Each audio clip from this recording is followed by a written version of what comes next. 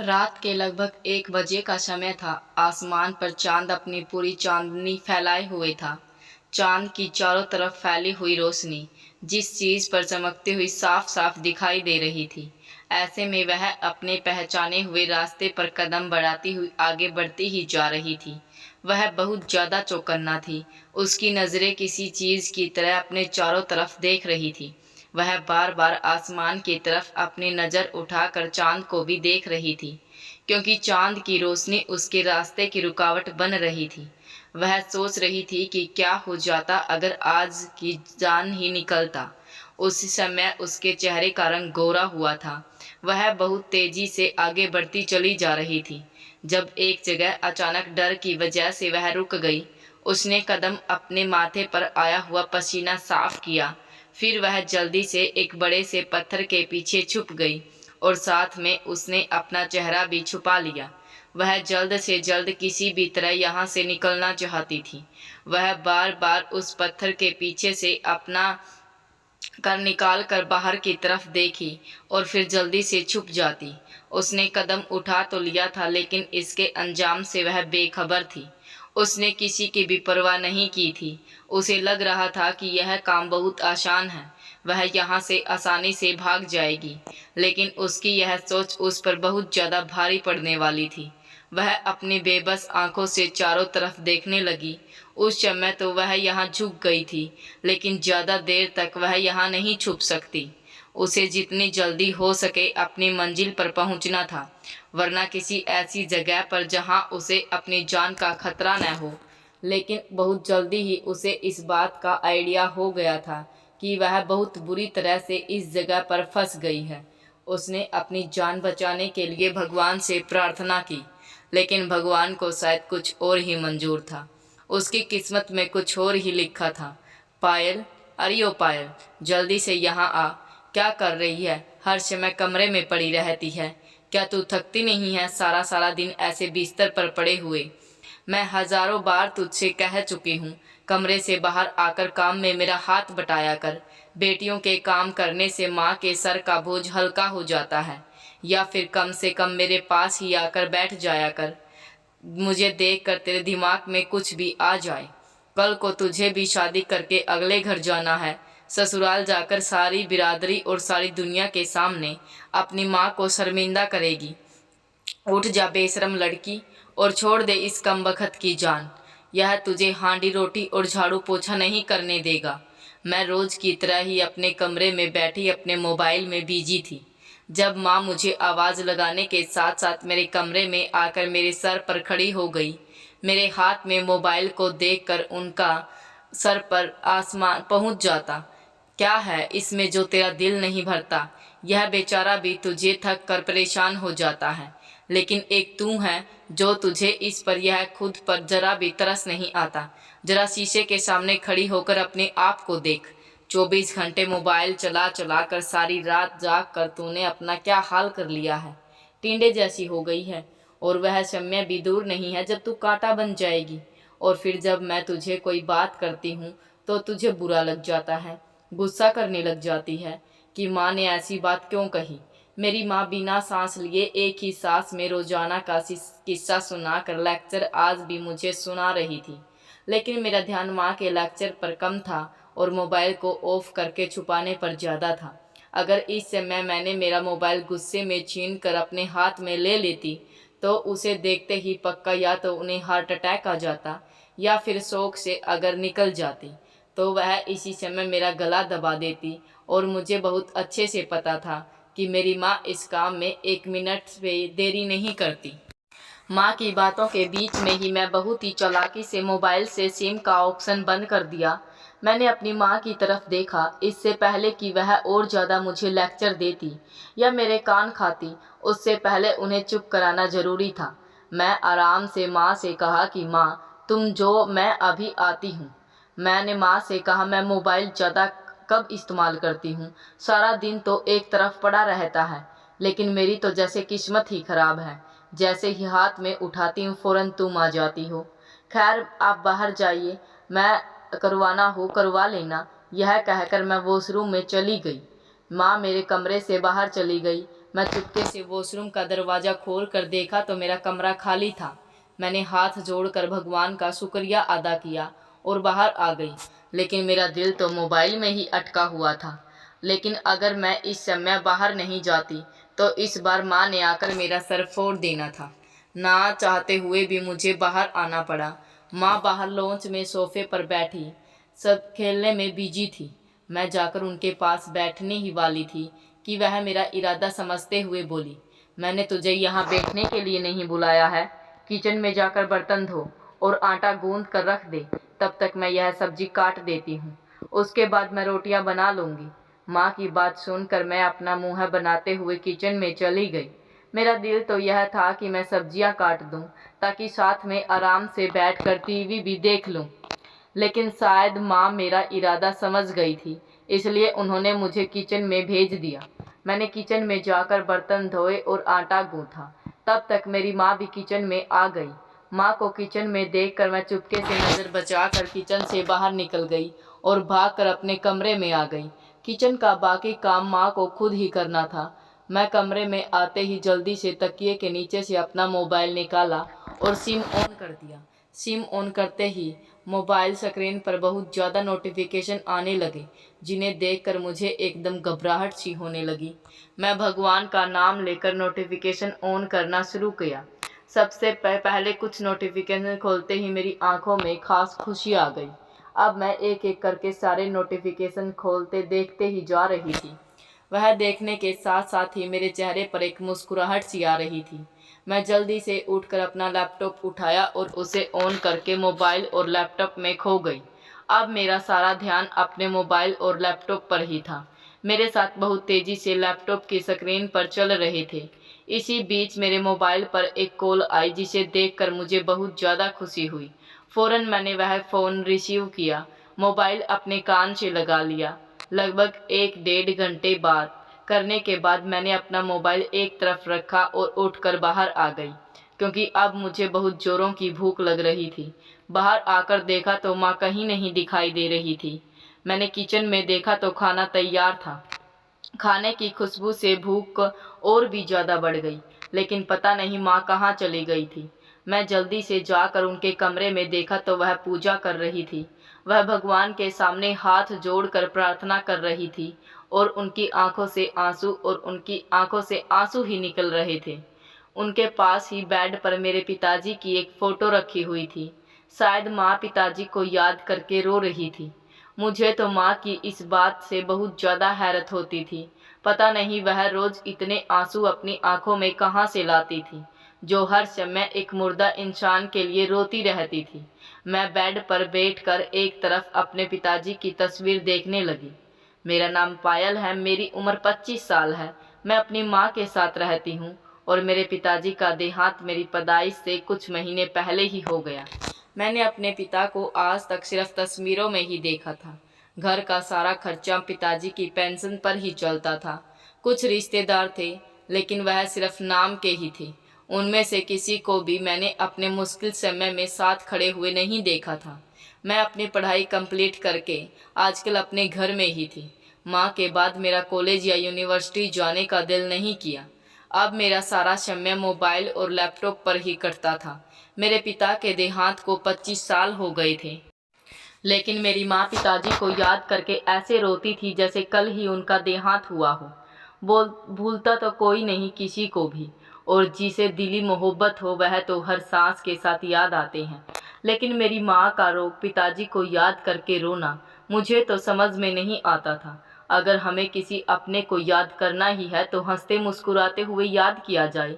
यह क्या कि जब देखो उसे याद करके रोते ही रहो। मेरी माँ के साथ मेरी केमिस्ट्री कुछ अच्छी नहीं थी। मेरी माँ मुझ पर शुरू से ही बहुत पाबंदियाँ लगती थी। कभी मुझे बाहर आने जाने नहीं देती, ना ही किसी से दोस्ती करने देती। जब मैं कॉलेज जाती तो मेरी माँ हर रोज़ मुझे कॉलेज छोड़ कर जाती और वापस लेने भी आती, जैसे मैं कोई छोटी बच्ची हूँ और मुझे कोई बहला कर ले जाएगा। मेरे स्कूल और कॉलेज की सारी लड़कियाँ मेरा मजाक बनाती। मेरी कोई दोस्त नहीं थी। अगर कोई दोस्ती मुझसे कर भी लेती तो दूसरे ही दिन मेरी माँ की बात सुनकर खुद ही अपना रास्ता बदल लेती। मैं बहुत ज़्यादा अकेली थी। मेरे पास कोई भी दोस्त नहीं था। मेरे बचपन और फिर जवानी अकेले ही गुजरी थी, लेकिन 2 साल पहले मैंने अपनी माँ की पाबंदियों से तंग आकर सुसाइड करने की कोशिश की, जिसकी वजह से यह ठीक हुआ कि माँ ने मुझे मोबाइल नहीं दिला रही थी। उनका कहना था कि घर में जो टेलीफोन है वो मोबाइल फ़ोन की क्या ज़रूरत है। लेकिन मेरी सुसाइड के बाद आखिर माँ ने अपना फैसला बदल लिया और मुझे मोबाइल लेकर दे दिया। इतने पर ही मुझे सिम उस करने की इजाज़त नहीं थी। खैर, मेरे लिए तो इतना ही बहुत था कि मुझे मोबाइल मिल गया था। मेरा अकेलापन भी अब दूर हो गया। अब मैं दिन रात मोबाइल ही चलाती रहती। मैंने भी बहुत चालाकी से माँ से छुप कर सिम निकलवा ली और अभी तक माँ को इस बात का पता नहीं था। माँ को मुझ पर बहुत ज़्यादा विश्वास था, लेकिन वह नहीं जानती थी कि मैं बहुत जल्द ही उनका यह विश्वास तोड़ने वाली हूँ। माँ पूजा करने के बाद मेरे पास आई और मुझे खोआ हुआ देखकर मुझसे बोली, मुझे तो ऐसा लगता है कि मेरी बेटी ने ख्यालों में ही सारा खाना तैयार कर दिया।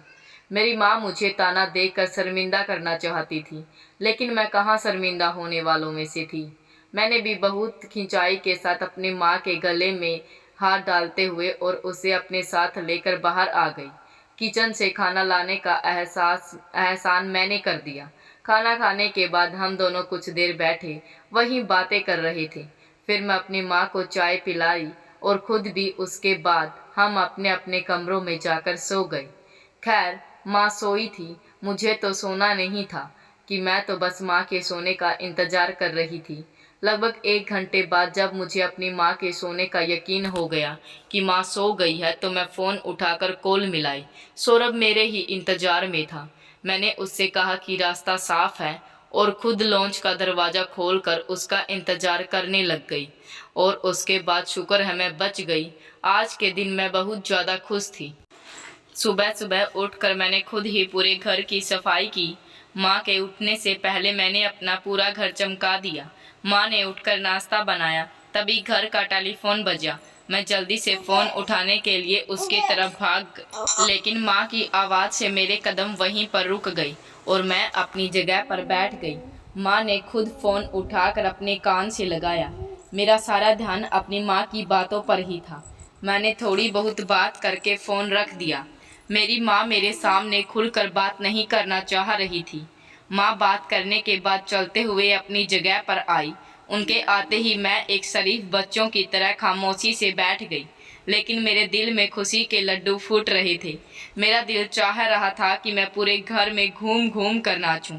जब मैं माँ से फ़ोन के बारे में पूछा तो माँ ने कहा कि शाम को तैयार हो जाना, रीना आंटी किसी को अपने साथ लेकर आ रही है। रीना रिश्ते करवाने वाली आंटी का नाम था। उनका हमारे घर पर फ़ोन करना भी मेरे ही बनाए हुए प्लान का एक हिस्सा था। उसी समय मैं माँ की बात पर सिर हिला दिया और उनसे कुछ नहीं कहा, यह सोचकर कि कहीं माँ को मेरे ऊपर कोई शक ना हो। पहले ही वह मुझे हैरत की नज़रों से देख रही थी। लगभग 4 या 5 बजे के करीब मेरा इंतज़ार ख़त्म हुआ और रीना आंटी अपने साथ 2 औरतों और 2 मर्दों को लेकर हमारे घर आ गई। वह दोनों औरतें मेरी माँ की ही उम्र की थी। मर्दों में से एक मर्द बोला और बाकी दूसरा मेरी उम्र का ही था। जब मेहमान मेरे घर पर आए तो मैं अपने कमरे में छुपकर खड़ी बाहर का मंजर देख रही थी। अभी मुझे माँ ने बाहर आने की इजाज़त नहीं दी थी। मैंने इन औरतों से मिलती हुई उनके ड्राइंग रूम में लेकर चली गई और मैं बेचैनी से अपने कमरे में इधर से उधर चक्कर लगा रही थी। मुझे जल्दी से माँ के बुलाने का इंतज़ार था। मेरा दिल था कि मैं मेहमानों के पास जल्दी से चाय वगैरह लेकर जाऊं, लेकिन इन सब कामों के लिए माँ ने पदों से नौकरानी को बुला लिया था। मेरे दिमाग में बहुत से सवाल आ रहे थे। मुझे अपनी माँ की आदत का पता था। पता नहीं माँ उनसे क्या क्या कह रही होंगी। कहीं उसके माता पिता माँ की बात का बुरा ना मान जाएं। अगर उन लोगों को कोई बात बुरी लगी और उन्होंने रिश्ते से मना कर दिया तो मेरा क्या होगा। नहीं नहीं, ऐसा नहीं होने दे सकती। मुझे हर हाल में विक्रम से शादी करनी है। विक्रम और मुझे मिले हुए कुछ महीने ही हुए थे। वह मुझे तब मिला था, वहाँ ही उसकी और मेरी मुलाकात पहली बार हुई थी।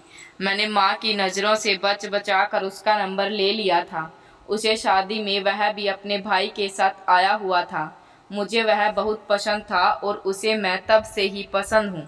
हम दोनों में कॉन्टैक्ट हो गया था और अब हम दोनों ने फैसला कर लिया था कि हमें शादी करनी है। शादी में और देर करना अब हमारे लिए ठीक नहीं था। यह सब कुछ सोचकर ही मैंने एक प्लान बनाया। मेरे प्लान के मुताबिक ही उसकी माँ रिश्ता करने वाली आंटी से मिली और फिर उसे लड़की देखने के लिए कहा। साथ ही साथ उसकी माँ ने मेरे प्लान के अनुसार मेरे बारे में पूछताछ कर ली। उसकी बात पर रीना आंटी ने हामी भर ली और अगले दिन ही माँ को फ़ोन करके अपने आने के बारे में बता दिया। सब कुछ मेरे प्लान के मुताबिक ही हो रहा था। अब मैं यह सोच रही थी कि बस मेरी माँ कुछ गड़बड़ ना कर दे। यही सोच सोच कर मैं बहुत ज़्यादा परेशान हो रही थी। अब मेरा सब्र जवाब दे रहा था। तभी दरवाज़ा खुला और आने वाले इंसान को देखकर मेरे पैरों तले से ज़मीन निकल गई। मैं फटी फटी नज़रों से उसे देख रही थी। वह यहाँ कैसे आ सकता था? कहीं से यह विक्रम और उसके घर वालों को तो नहीं देखा। अगर ऐसा हुआ तो बहुत बुरा होगा। किसी हाल में भी ऐसा नहीं होना चाहिए। दोनों तरफ से मैं अभी अपनी सोचों में गुम थी। जब उसने 2-4 कदम मेरी तरफ बढ़ाई, यह सब देखकर मेरी जान निकलने लगी थी। चलता हुआ मेरी तरफ आया और मेरे बारे में पूछने लगा कि मैं यहाँ पर क्या कर रही हूँ। यह सुनकर मैं शुक्र का सांस लिया। उसे शायद कुछ नहीं पता चला था, लेकिन अब बहुत ज़्यादा देर यहाँ रुकता तो मैं उससे कुछ भी नहीं छुपा सकती थी। इसलिए ज़रूरी था कि वह फ़िलहाल इस समय यहाँ से चला जाए। उसने शायद मेरी बेचैनी को महसूस कर लिया था। उसी समय उसने मुझे फ़ोन ऑन करने का बात कही। मैं एकदम से सर हिला दिया। फिर वह वापस चला गया। आज तो मेरे पैर ज़मीन पर ही नहीं थे, मैं तो हवाओं में उड़ रही थी। यही वजह थी कि आज मुझे अपने मोबाइल का भी होश नहीं था। उसके जाने पर मैंने चैन की सांस ली और फिर जल्दी से फ़ोन ऑन किया। मैंने सोचा कि कहीं ऐसा ना हो वह फिर से यहाँ पर आ जाए। जब मैंने अपना मोबाइल उठाकर देखा तो उसके काफ़ी सारे मैसेज और कॉल पड़े हुए थे, लेकिन मैंने उस समय उसके मैसेज को नहीं पढ़ा और उसे एक मैसेज में लिख कर भेज दिया कि मैं उससे बाद में बात करूँगी। फिर मैं बाहर किचन में आ गई। उसके यूं अचानक आने से मुझे बहुत ज़्यादा पसीने आने लगे, तो मैं फ्रिज से निकाल कर जूस पिया और खाने पीने की तैयारी देखने लगी, क्योंकि नौकरानी शायद अंदर पहुंचकर आ गई थी। बस चाय थी जो चूल्हे पर चढ़ी हुई थी, मतलब अभी चाय दे के आनी बाकी थी। तभी मैंने फ़ौरन ट्रे उठाकर उसमें कप रखे। उसके बाद मैंने किचन के दरवाजे से बाहर देखा। सब लोग ड्राइंग रूम में बैठे बातें कर रहे थे। आज सारी चीज़ मैंने अपने हाथों से बनाई थी, जिस पर मेरी माँ बेहोश होते होते रह गई। वह बार बार खुद को चुटकी काट रही थी कि कहीं वह कोई सपना तो नहीं देख रही है। नौकरानी के वापस आने तक मैं चाय के कप ट्रे में रख चुकी थी। वह मेरे पास आई और उसने मुझे बताया कि माँ मुझे बुला रही है, तो मैं जैसे इसी के इंतज़ार में थी। मैंने झट से ट्रे उठाई और अपने कदम ड्राइंग रूम की तरफ करती। अंदर जाते ही मैंने एक नज़र सबको देखा। फिर मैंने सबको नमस्ते किया और चाय की ट्रे टेबल पर रखी। मैंने अपनी माँ के पास जाकर बैठ गई, मगर मैं जिसको देख रही थी वह तो न जाने किस सोच में गुम था। मेरे पीछे पीछे अंदर आई नौकरानी ने सबको चाय देना शुरू कर दी। तभी माँ के इशारे पर मैं उठी। यह नौकरानी औरतों को तो चाय दे चुकी थी, लेकिन अभी मर्दों को नहीं दी थी। तभी मैंने विक्रम और उसके पिता को चाय पकड़ाई। उसके बाद उसके छोटे भाई की तरफ मेरी शादी पर आया था बैठ गई। उन औरतों में से एक विक्रम की बुआ थी। माँ ने मुझे बैठने का इशारा किया। मैंने सवालिया नज़रों से अपनी माँ की तरफ देखा और फिर जाकर उन दोनों के बीच में बैठ गई। चाय नाश्ते से फ्री होने के बाद वह माँ से कहने लगी कि अब हमें पायल पसंद है, आप बस अपने अभी के रिश्ते अभी हमें जवाब देना है। माँ कुछ देर मेरी तरफ देखती रही और फिर बोली, मेरी कुछ शर्तें हैं, अगर आप लोग मेरी वह शर्तें मान लेते हैं तो मैं इसी समय हाँ करने के लिए तैयार हूँ। माँ की बात सुनकर मुझे तो अपने आसपास खतरे की घंटी सुनाई देने लगी। माँ ने पहले 2 शर्तें तो माएँ वाली ही रखी थी, जो एक बिन बाप की बच्ची की माँ रखती है, जेवर और ज़मीन की। मैं रिलैक्स बैठी थी और सोच रही थी कि तीसरी शर्त भी कोई ऐसी ही होगी, मगर तीसरी शर्त सुनकर मैं हैरत से देखने लगी। माँ ऐसा कैसे कर सकती थी? ऐसा तो माँ फिर से मुझ पर नज़र रख सकती थी, वह ऐसे कैसे मेरे सपने के बीच में रुकावट बन सकती थी। इससे पहले कि मैं माँ से कुछ कहती, मेरे बोलने से पहले ही मेरे होने वाले ससुर बोल उठे कि हमें तीनों शर्तें मंजूर हैं। अभी सभी लोग यही बातें कर रहे थे कि अचानक से मेरा होने वाला देवर जोर जोर से हंसने लगा। वह बिल्कुल ही पागलों के जैसे हंस रहा था। तभी सब फौरन से उसकी तरफ देखने लगे। माँ ने उन्हें कहा कि वह उसे अंदर के कमरे में जाकर लेटा दे, तब तक डॉक्टर आकर उसे चेक कर लेगा। मगर इससे पहले मेरा होने वाला पति अपने भाई को अपने हाथों में उठाकर फौरन दरवाजे से बाहर निकलते हुए चला गया। माँ बहुत हैरत से उसकी हालत देख रही थी और कभी उसके घर वालों की। तभी उसकी माँ मेरी माँ के सामने आई और माफ़ी मांगने लगी। वह बताने लगी कि हमारे बेटे को कभी कभी पागलपन के दौरे पड़ते हैं, तभी ऐसा हुआ है। अभी हॉस्पिटल लेकर जाएंगे तो वह ठीक हो जाएगा। फिलहाल वह उसे एक समय घर से चले गए और कुछ दिनों बाद आकर शादी की डेट फिक्स करने के लिए कह गए। मैं बहुत ही अफसोस से चाय की प्याली को देख रही थी जो मेरे देवर ने अपने हाथों से छोड़ दी। वक्त गुजरता गया और आज मेरी शादी का दिन भी आ गया। उन लोगों का ताल्लुक एक गांव से था और मेरी माँ ने तीसरी शर्त यही रखी थी कि मैं और मेरा पति गांव में नहीं बल्कि यहीं शहर में रहेंगे। मेरा पति तो पहले से ही अपने काम के सिलसिले में शहर में ही रहता था। उसने यहाँ पहले से ही किराए पर मकान लिया हुआ था। अब मुझे भी रुखसत होकर इसी घर में जाना था। खैर, हम दोनों की शादी हो गई और खाना खाने के बाद मेरी रुखसती भी हो गई। मेरे ससुराल वाले मुझे और मेरे पति को शहर वाले घर में छोड़कर 2 दिन बाद ही वापस गांव चले गए। यहाँ से गांव 2 घंटे की दूरी पर था। मेरी शादीशुदा जिंदगी अच्छी गुजर रही थी। मेरा पति तो सारा दिन काम पर ही होता और रात गए वापस आता। अब मुझे पूरे तरीके से आज़ादी मिली हुई थी। आज तक कभी भी अपनी ज़िंदगी में गांव में नहीं गई थी। अब मेरा दिल गांव जाने का कर रहा था। कई दिनों से मैं अपने पति से इस बारे में बात करना चाहती थी, लेकिन समय ही नहीं मिल रहा था। फिर एक दिन मैंने समय निकाल ही लिया। मेरे पति की नाइट ड्यूटी थी। मैंने सोचा कि रात में जाकर रात को ही वापस आ जाऊंगी। अपने पति के काम पर निकलते ही मैं भी घर से निकल गई। 2 घंटे बाद मैं गांव में पहुंच गई। मेरा इरादा था कि मैं रात ही सारा गांव घूम फिर लूंगी। गांव में तो घूम चुकी थी, लेकिन निकलते समय मैं बुरी तरह से फंस गई। और इस समय जो कपड़े मैंने पहने हुए थे, अगर मुझे उन कपड़ों में कोई देख लेता तो मेरी मौत तो पक्की थी। तभी अचानक वहां पर मेरा एक दोस्त आ गया, जिसे देखकर मेरी जान में जान आई। वह मुझे अपने साथ अपनी गाड़ी में बैठाकर बहुत ही तेजी से गांव से बाहर लेकर आ गया। मेरा घर आने से कुछ देर पहले उसने गाड़ी रोकी और उसने मुझे अच्छा खासा डांटा और डांटने के साथ साथ मुझे धमकी भी दी कि मैं अपनी हरकतों से बाज आ जाऊं, वरना वह मेरी माँ को सब कुछ बता देंगे। मैंने उस समय उसे कोई भी जवाब नहीं दिया। भलाई इसी में थी कि मैं खामोश रहती, लेकिन उसके बाद मैंने कोई भी ऐसी हरकत नहीं की। जब मेरे पति को काम से छुट्टी मिली तो वह मुझे अपने साथ अपने गांव वाले घर में लेकर चले गए। मेरा दिल तो सब घर वालों को सरप्राइज देने का था, लेकिन मेरे पति ने पहले ही कॉल करके उन्हें हमारे आने के बारे में बता दिया था। हम लोग सुबह को 7 बजे ही अपने घर से निकल गए। मैं बहुत ज़्यादा खुश थी। मेरा पति मुझे बहुत सारी जगह पर लेकर गया। हम लोग घूमते फिरते शाम को 4 बजे के करीब गांव पहुँचे। अगले 8 दिन तक हमें गांव में ही रहना था। 2 दिन तो बहुत अच्छे से गुजरे। सबने हमारा बहुत अच्छा वेलकम किया। मेरे ससुराल वालों के सब लोग ही मुझे बहुत ज़्यादा मोहब्बत से बात कर रहे थे। यह तीसरे दिन की बात थी। हम लोग खाना खाने के बाद सोने चले गए। लगभग आधी रात का समय था जब मेरी आंख अजीब सा शोर सुनकर खुली। मैंने अपनी साइड में देखा तो मेरे पति मेरे पास बिस्तर पर नहीं थे। तब मेरी आंख खिड़की से बाहर पड़ी। मैं बहुत ही हैरत से सामने का मंजर देख रही थी, जहां मेरे देवर मेरे पति को खींचते हुए अपने साथ ले जा रहा था। मैं उसकी हरकत को समझने की कोशिश कर ही रही थी। अगले ही पल मेरे मुंह से जोरदार चीख निकली। मेरे देवर ने मेरे पति को गांव के कुएं में धकेल दिया। मैं चीखते चिल्लाते हुए अपने कमरे से बाहर आ गई। तब तक मेरे देवर ने भी कुएं में छलांग लगा दी। मैं कुएं से नीचे झांकने की कोशिश की, लेकिन अंदर बहुत ज़्यादा अंधेरा था।